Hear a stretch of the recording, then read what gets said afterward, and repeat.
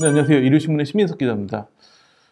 최근에 충격적인 연예계 마약 사건이 터지면서 화제가 많이 되고 있는데, 우선은 두 가지 갈래로 볼 수 있을 것 같아요. 우선은 사건 자체가 굉장히 충격적이에요. 돈 스파이크가 뭐 인기 연예인이라고는 볼 수 있었겠죠. 뭐 좋아하는 분들이 많았으니까. 스타라고 하기에는 약간 부족함이 있었고, 톱스타까지는 당연히 이르지 않고, 그렇기 때문에 사실은 이제 어떤 연예인이 무리를 빚고 사건 사고에 휘말리면 그 스타의 유명세, 인기만큼 파급력이 생기기 마련인데, 종종 보면 사건 자체가 워낙 크면 그 유명세가 좀 크지 않더라도 그걸 능가하는 경우가 있을 수 있어요. 이번 사건은 이제 필로폰 사건인데, 대한민국 역대 필로폰 사건 중에 가장 기억에 남는 사건이 뭐예요? 황수정 씨 사건이었었죠. 제가 기자 막 초년병 때 막 법원에 가가지고 재판 막 취재하면서 이거를 도대체 어디까지 기사 써야 되는지 안 써야 되는지 잘 몰랐던 시절에, 왜냐면 황수정 씨는 그 당시 예진아 씨라고 드라마 호전을 통해 가지고 뭐 아주 폭발적인 인기를 갖고 있는 당대 최고의 톱스타가 필로폰 사건에 휘말렸는데, 그 자체도 충격이었지만 한 남성과 함께 필로폰을 했었죠. 그거는 우리 예진아 씨가 필로폰을 해, 그것도 남자와 함께, 또 충격이었는데 그 남자가 유부남이었어요. 그래서 재판 도중에 그 유부남의 부인이 간통소송을 제기해요. 지금은 간통은 이제 형사에서 없어지고 민사로 이제 뭐 상간녀 손해배상 소송 이런 이제 민사로 갔는데, 그 당시 형사였기 때문에 필로폰 사건이 사건이랑 휘말리면서, 제가 그때 기억나는 게 이제 막 그 초반에 이제 필로폰 사건일 때 이제 필로폰을 남녀가 했을 때는 약만 하는 게 아니라 그 다음 행동까지 가기도 하는데, 그에 대해서 검사가 너무 집요하게 물어보면 판사가 중단을 시켰어요. 너무 내밀한 사생. 왜냐면 이 방청석에 앉아 있는 사람 전부 다 기자니까. 그러니까 한마디 하면 삭삭삭삭, 지금처럼 노트북 다니다 수첩이 적던 시절이어가지고, 그러다가 어느 순간 간통이 되고 나니까 이제는 그런 내밀한 사생활이 간통법 중에서는 중요한 거예요. 그러니까 뭐 거기 저 앉아가지고 뭐 이거 받아 적는데 너무 이거 도대체 기사를 어떻게 써야 되지?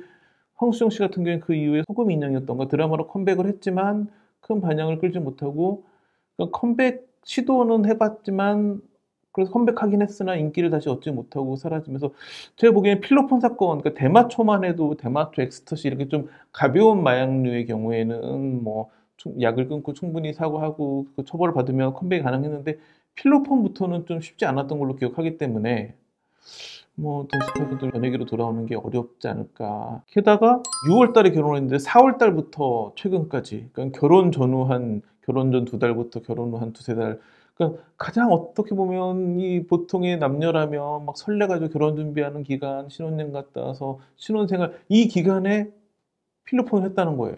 게다가 혼자 한 것도 아니고 그 보도방이라고 그 유흥업소에 그 여성 접객원 넣어주는 업체 대표랑, 그다음에 그 유흥업소 접객 여성 2명이랑 뭐 같이 했다고 하니까, 이 소위 말하는 집단 마약 파티 뭐 이런 걸로 보여지기도 하거든요. 그러니까 이게 보통의 남자 연예인이 이런 일에 휘말려도 문제인데, 결혼 직전부터 결혼 직후 이 즈음에 그걸 했다라는 이 사건 자체 파급력이 너무 커가지고, 제가 보기에는 뭐 황수정 씨 필로폰 사건만큼은 아니어도 굉장히 좀 파급력이 크지 않을까 싶어 보이고, 게다가 이제 영장 실질 심사를 마치고 나오면서 언제부터 마약을 했냐고 하니까 최근이라고 답을 했어요. 지금이 9월 말, 10월 초, 4월을 최근이라고 할 수 있을지 모르겠지만 그래도 뭐 한 6개월 이내니까 최근으로 볼 수도 있는데, 그 이후에 이번 사건 이전에도 2번인가 3번 정도 동종, 그러니까 마약 관련 전과가 있다라는 게 알려졌기 때문에, 그러면 마약을 한 지 꽤 오래됐겠죠. 뭐 측근이 이제 인터뷰를 통해 가지고 뭐 과거에 걸렸던 건 굉장히 가벼운 마약이었다고 얘기를 했지만, 대부분의 경우 그렇지만 센 마약으로 시작해 가지고 가벼운 마약으로 가는 경우는 없거든요. 가벼운 마약으로 시작해서 필로폰까지 왔다는 얘기는, 이게 꾸준히 뭐 사법 처벌받고 규정을 거쳤어도 되지 않았다라는 부분이기 때문에, 톰 스파이크 같은 경우에는 아마도 연예계를 이번에 기회로 떠나게 되지 않을까. 톰 스파이크는 이제 포지션이라고 하는 그룹에 결국은 피아노 연주자로 데뷔했는데, 작곡, 편곡, 특히 편곡 실력이 좀 뛰어나가지고 굉장히 화제가 됐었고, 그러면서 또 독특한 이미지를 바탕으로 예능 프로그램에 좀 출연하다가 먹방을 선보이게 되고, 이런 부분이 화제되면서 요리를 직접 하게 되고 요식업 사업가까지 되는 거죠. 그걸 거쳐가지고 사실은 스타가 될 만한 연예인이 아님에도 불구하고 굉장히 유명세와 인기를 얻어왔는데, 뭐 하루아침에 다 무너지게 됐죠. 뭐 이번 사건의 또 하나 특이한 부분은 담당이 노원경찰서라는 부분. 이 노원경찰서를 연예부 기자 가본 적이 제가 연예부를 이제 벌써 한 23, 4년 한 것 같은데 이번이 두 번째예요. 과거에 이제 안재현 씨가 이제 스스로 생을 마감했을 당시 그 담당이 이제 노원경찰서여가지고 그때는 뭐 담당했다라기보다는 사망한 위치가 노원경찰서 인근이었기 때문에 그렇게 된 거였고 이번에 이제 노원경찰서 연예계 큰 사건을 하나 잡아가지고 화제가 되고 있는데 문제는 이게 끝이냐 이게 시작이냐예요. 다시 그 황수정 시대로 돌아가서 황수정, 성현아 그쯤에 뭐 싸이도 있었고 2000년대 초중반 2002년, 3년, 4년 이때 연예인 마약 사건이 되게 컸어요. 그 당시 검찰이 또 연예계 수사를 많이 했어요.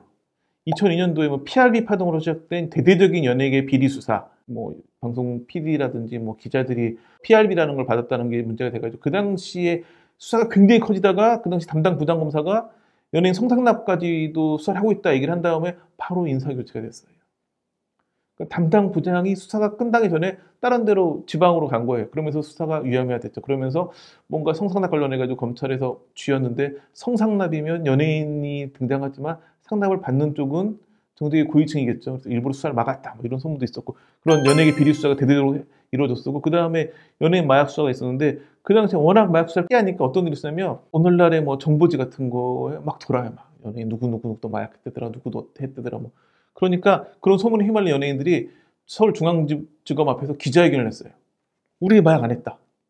근데 그거 사실 입증할 방법이 없잖아요. 없지 않아요. 왜 중앙지검 앞에 했느냐. 한 다음에 중앙지검에 걸어가가지고 우리 검사해달라고. 며칠 있다가 마약 음성. 그런 기자회견이 제 기억에 한 두세 번 있었던 것 같아요.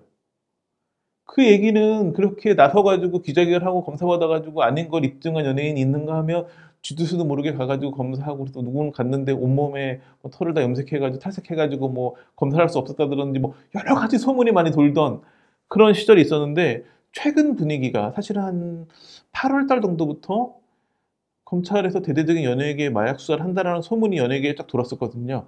뭔가 정황이 있어서라기보다는 분위기가 그랬어요. 경찰과 검찰이 각각 마약 수사를 하죠. 근데 사실은 이제 검찰 같은 경우에는 플리바게닝을 알게 모르게 사용하기 때문에 너 같이 마약했던 사람 몇 명 얘기하면 좀 구형 낮게 해줄게, 이제 뭐 기소 유예를 해줄게, 뭐 그런 이제 형량 거래를 하는 거죠. 그러니까 이제 경찰보다는 검찰은 기소권과 구형할 수 있는 권한이 있기 때문에 검찰에서 특히 유명인들을 많이 했죠. 그러면서 이제 뭐 연예인, 정재계, 관계된 사람 이런 유명인 관련된 진술하면 많이 봐주고 뭐 이런 게 좀 있거든요. 그랬는데 검경 수사권 조정이 이루어지면서 검찰의 마약 수사가 확 범위가 줄었어요. 500만 원 이상 밀수 사건에 대해서만. 그 밑에 사건은 발견해도 이 사건을 경찰한테 보내줘야 되는 거예요. 그에다가 올해 이제 사실은 검수완박 법안이 다 통과되면서 그 시행되면 아예 검찰은 마약에 대해서는 직접 수사를 못하게 돼요.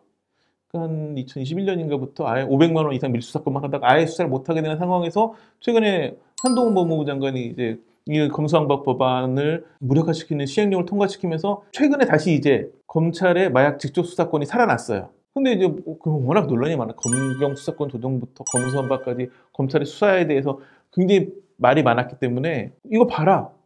검찰이 직접 수사할 필요가 있다. 뭐 이런 걸 또 실적으로 보여줘야 될 필요성이 있거든요. 게다가 요즘에 마약은 굉장히 심각해요. 우리가 한 몇 년 전까지만 해도 대한민국은 마약 청정국이었는데 그 지위는 잃은 지 오래됐죠. 너무 심각하기 때문에 뭐 검찰이고 경찰이고 막 경쟁적으로 마약 수사를 열심히 해가지고 좀 마약이 지금 너무 많이 풀려 있으니까 뭐 이런 게 해결이 되면 최근에 또 경찰은 동남아 3대 마약왕을 다 검거하기도 하고 아직 한 명이 지금 국내 송환이 안 되고 있긴 하지만 뭐 이런 성과를 보이고 있는 상황에서 더 열심히 하는 건 좋은데 문제는 경찰 입장에는 검찰이 마약 수사하는데 우리가 충분히 잘할 수 있다. 검찰은 다 같이 공조해서 해야 된다. 뭐 이런 논리였는데 여기서 뭔가 대형 연예인의 사건을 딱 수사를 하면 역시 검찰이 마약 수사를 하니까 뭔가 다르네. 내지는 검찰 안 해도 경찰이 잘할 수 있네. 이런 측면에서 돈 스파이크 건은 노원경찰서에서 해낸 거죠. 경찰이 해낸 거죠. 보면 그냥 처음부터 돈 스파이크를 수사한 건 아니고 어떤 여성이 다른 별건의 수사에서 마약으로 인해 가지고 잡혀왔는데 이제 피의자가 돼가지고 진술하는 과정에서 나 돈 스파이크하고도 함께 했다. 왜냐면 돈 스파이크 같은 경우에는 보도방 업주 그 다음에 그 여성 접객원 2명, 뭐 본인 말로 이렇게 4명이서 호텔 파티룸에서 한 3차례 정도 마약을 했다라고 얘기했는데 그 중에 한 여성 몇 개 건이 다른 사건으로 검거가 되면서 여기까지 온 거였겠죠. 문제는 과연 4명만 있었느냐. 한두 명 더 있었을 가능성 배제할 수 없고, 또 하나는 이 자리가 마약을 소지하고 있던 게 돈 스파이크니까 돈 스파이크가 본인의 지인과 이렇게 뭐 불러가지고 그러니까 주도한 게 돈 스파이크였느냐, 아니면 보드방 업주가 마련한 자리에 돈 스파이크가 초대해서 온 것이냐. 보드방 업주가 메인이라면 이와 유사한 다른 자리가 또 있을 수 있어요. 다른 자리에 초대된 사람이 뭐 돈이 많은 정재계 인사일 수도 있고 연예인일 수도 있고, 그리고 이번 건도 보면 이 여성이 다른 사건에 또 걸린 거였는데 이들이 다른 쪽에서 마약을 했을 수도 있어요. 그러니까 이게 확장성이 되게 큰 사건이에요. 보통 연예인 한 명이 어떻게 개인적으로 뭐 박유천 씨처럼 그냥 던지기 수법으로 구해가지고 혼자 이렇게 하거나 연인과 하다 걸리거나 하면 거기서 끝나는데, 이번 경우는 얽힌 사람들이 많기 때문에 수사가 얼마큼 커질지 알 수가 없는 거예요. 근데 지금 상황은 경찰, 검찰 모두 마약 수사로 성과를 내고 싶기 때문에 지금 돈 스파이크 건이 워낙 화제니까 이와 연관돼가지고 또 다른 어떤 유명인 연예인을 찾아내면 수사가 커지고 더 그쪽에 관심이 집중되겠죠. 그래서 어찌 보면 지금 뭐 마약 수사를 지금 이렇게 대대적으로 하는 건 굉장히 중요하긴 한데, 연예계 입장에서는 이게 계속 연예인을 타깃으로 하면, 왜냐면 지금 마약이 굉장히 퍼져 있고 특히나 요즘에 20, 30대 마약 사범들이 많고 10대도 나오고 하는 상황이기 때문에 이런 흐름을 봤을 때 연예인들도 그냥 숫자상으로는 많을 수밖에 없는 게 사실이거든요. 왜냐면 일반인들보다는 과거에 연예인들이 마약을 더 많이 했었기 때문에 화제였었는데, 일반인들도 마약을 많이 하는 요즘 상황을 놓고 봤을 때 일반인들이 그렇다면 연예인은 더 많이 한다고 보는 게 산술적으로는 맞거든요. 근데 최근에 연예인은 거의 없어요. 최근에 뭐 이상보 씨가 걸렸었는데 그거는 뭐 본인이 정말 처방받은 약이었던 걸로 밝혀져가지고 뭐 무혐의로 끝날 것 같은데, 돈 스파이크를 시작으로 대대적으로 또 여기서 연쇄적으로 가게 된다면 또 뭐 돈 스파이크가 아직 마약 공급 관련된 부분은 아직 수사 결과가 안 나오고 있는데 공급책을 잡혔는데 공급책이 또 다른 연예인에게 마약을 또 판매했다거나 이런 부분 들어가면 이게 이제 돈 스파이크를 시작으로 과거 2000년대 초반처럼 대대적인 연예가 마약 수사로 갈 수 있는, 그러니까 지금 경찰 검찰과의 관계라든지 또 보면 요즘에 그 뭐 대통령실이나 여당이 시끄러우니까 이럴 때는 또 연예인들이 이슈 돌리기는 최고 수단이거든요. 그러니까 검찰 경찰의 어떤 대립, 이 수사권 관련된 분쟁, 좀 복잡하고 시끄러운 여당, 이런 상황들을 봤을 때는 이 돈 스파이크 사건이 연예계 전반으로 확 커질 만한 여건은 다 준비가 되어 있는 거죠. 그래서 굉장히 이런 거 관련해서 바빠지지 않을까라는 생각을 연예부 기자들은 많이 하고 있는데, 뭐 어떻게 될지는 봐야겠고, 사실은 뭐 이런 우려가 있음에도 불구하고 실제는 막 대대로 수사를 했지만 연예계에는 다행히 예전에 비해서 연예기획사에서 그런 인성교육이라든지 이런 거에 대한 리스크 매니저도 많이 하니까, 이렇게 좀 한국 사회가 마약 청정국에서 마약이 많았지만 연예계는 깨끗했다라는 결론이 나와주길 진심으로 바라는데 가능성은 많지 않죠. 그래서 뭐 돈 스파이크 건에 대한 우리 방송도 오늘이 마지막 방송이었으면 좋겠는데, 제 생각에는 제2, 제3의 연예인으로 또 하게 되지 않을까 하는 암울한 전망을 해봅니다. 자, 오늘 준비한 소식은 여기까지입니다. 감사합니다.